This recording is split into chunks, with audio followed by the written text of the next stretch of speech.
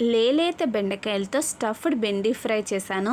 ఇంత లేత బెండకాయలు ఇంకా పచ్చిమిర్చి మా అన్నయ్య అమ్మ వాళ్ళ ఇంటి దగ్గర కాసినాయి అని తీసుకొచ్చాడు. భలే ఫ్రెష్గా భలే ఉన్నాయి, లేతగా ఉన్నాయి కదా అని చెప్పేసి చక్కగా చిన్నవన్నీ ఏరి శుభ్రం కడిగేసి రెడీ పెట్టుకుంటున్నాను.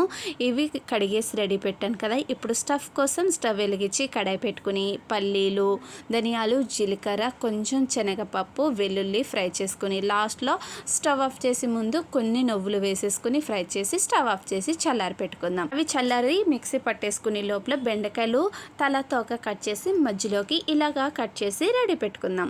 చక్కగా పప్పులన్నీ చల్లారిని మిక్సీ పట్టేసుకున్న పౌడర్లో కొంచెం ఉప్పు, కారం వేసుకుని బాగా మిక్స్ చేసేసి బెండకాయల మధ్యలోకి ఈ పొడి అంతా చక్కగా ఇలాగా స్టఫ్ పెట్టేసుకోవడమే.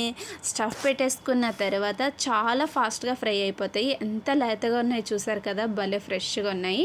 ఇప్పుడు స్టవ్ వెలిగించి పెనం పెట్టుకుని కొద్దిగా ఆయిల్ వేసుకుని స్టఫ్ పెట్టుకున్న బెండకాయలన్నీ ఫ్రై చేసుకుందాం. లో ఫ్లేమ్లో అటు ఇటు తిప్పుకుంటూ ఫ్రై చేసుకుంటే లేత బెండకాయలు ఏమో అస్సలు టైం పట్టదు, చాలా ఫాస్ట్గా ఏగిపోయినాయి. బెండకాయలు అయితే చక్కగా ఉత్తిగా తిన్నాయి. బెండకాయలు టేస్ట్ అదిరిపోద్ది, రసంలో సాంబార్లో కూడా చాలా బాగుంటుంది. మరి ఈ స్టఫ్డ్ బెండి మీకైతే నచ్చిందా? నచ్చితే మాత్రం లైక్ కొట్టడం అసలు మర్చిపోవద్దు.